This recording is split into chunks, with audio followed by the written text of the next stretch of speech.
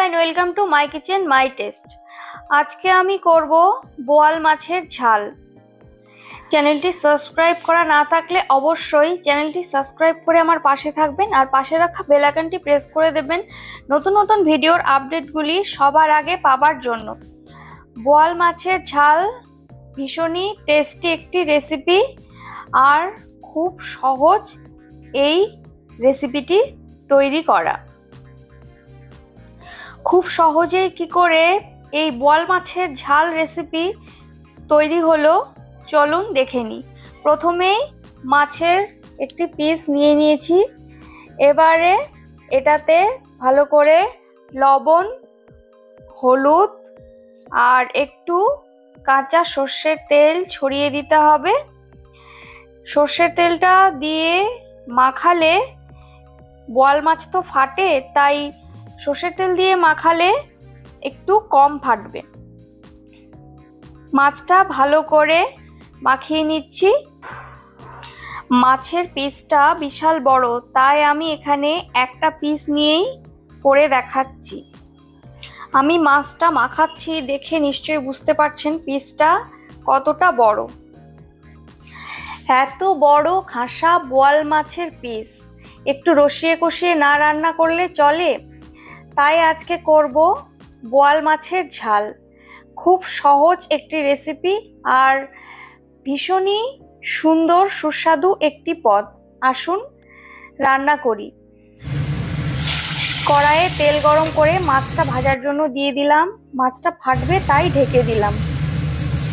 কিছুক্ষণ পরে তুলে এবার মাছটা উল্টে দেব।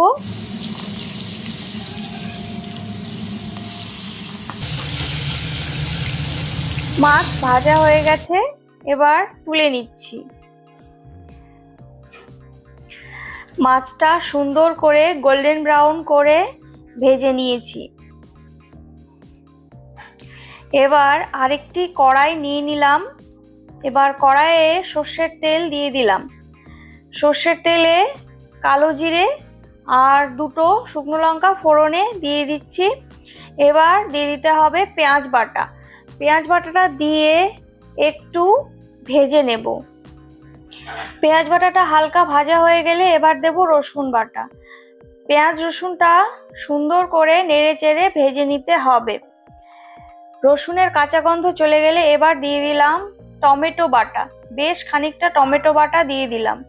ভালো করে কষিয়ে নেব। এবার ঢেকে দিতে হবে। কিছুক্ষণ পর ঢাকনা খুলে আরও একটু কষিয়ে নিতে হবে। টমেটোর কাঁচা গন্ধটা চলে গেলে এবার দিয়ে দিতে হবে আদা জিরে আর শুকনো লঙ্কা বাটা। আদা জিরে শুকনো লঙ্কা বাটাটা দিয়ে আবারও একটু ভালো করে কষিয়ে নিতে হবে। রেসিপিটি ভালো লাগলে অবশ্যই সাবস্ক্রাইব করে আমার পাশে থাকবেন। এবার স্বাদের জন্য দিয়ে দিলাম লবণ আর হলুদ দিয়ে দিচ্ছি। এবার আরও একটু ভালো করে লবণ হলুদটা মিশিয়ে নিতে হবে। মিশিয়ে নিয়ে ভালো করে মশলাটা কষিয়ে নিতে হবে। মশলাটা কষিয়ে নিয়ে একটু জল দিয়ে দিলাম। জলের সাথে মশলাটা ভালো করে মিশিয়ে নিতে হবে। এরপরে ঢেকে দিলাম। মশলাটা কিছুক্ষণ কুক হয়ে গেলে আবারও একবার ভালো করে কষিয়ে নেব। অবশ্যই ফ্লেমটা মিডিয়াম রাখতে হবে আর ঢেকে দেওয়ার সময় অবশ্যই ফ্লেমটা লো থাকবে। ভালো করে কষে নিতে হবে। এবার সুন্দর করে কষানো হয়ে গেছে, সাইড থেকে তেল ছাড়তে শুরু করে দিয়েছে। এবার দিয়ে দিচ্ছি সর্ষে বাটা। সর্ষে বাটা দিয়ে বেশি কষাবো না। মাই কিচেন মাই টেস্ট মানে non oily non spicy only healthy and tasty cooking. এবারে দিয়ে দিলাম একটু সামান্য মাছ ভাজার তেল।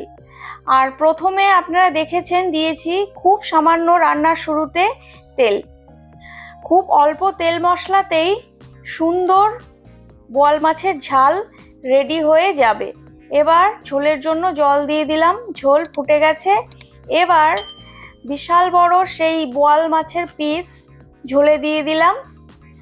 বোয়াল মাছ তো বেশি ফোটানোর প্রয়োজন নেই, ঢেকে দেব আর ফ্লেমটা একেবারে লো করে দিতে হবে 2-3 মিনিটের জন্য। এবার ঢাকনা খুলে নিলাম। রেডি হয়ে গেছে টেস্টি টেস্টি আর খুব লোভনীয় বোয়াল মাছের ঝাল।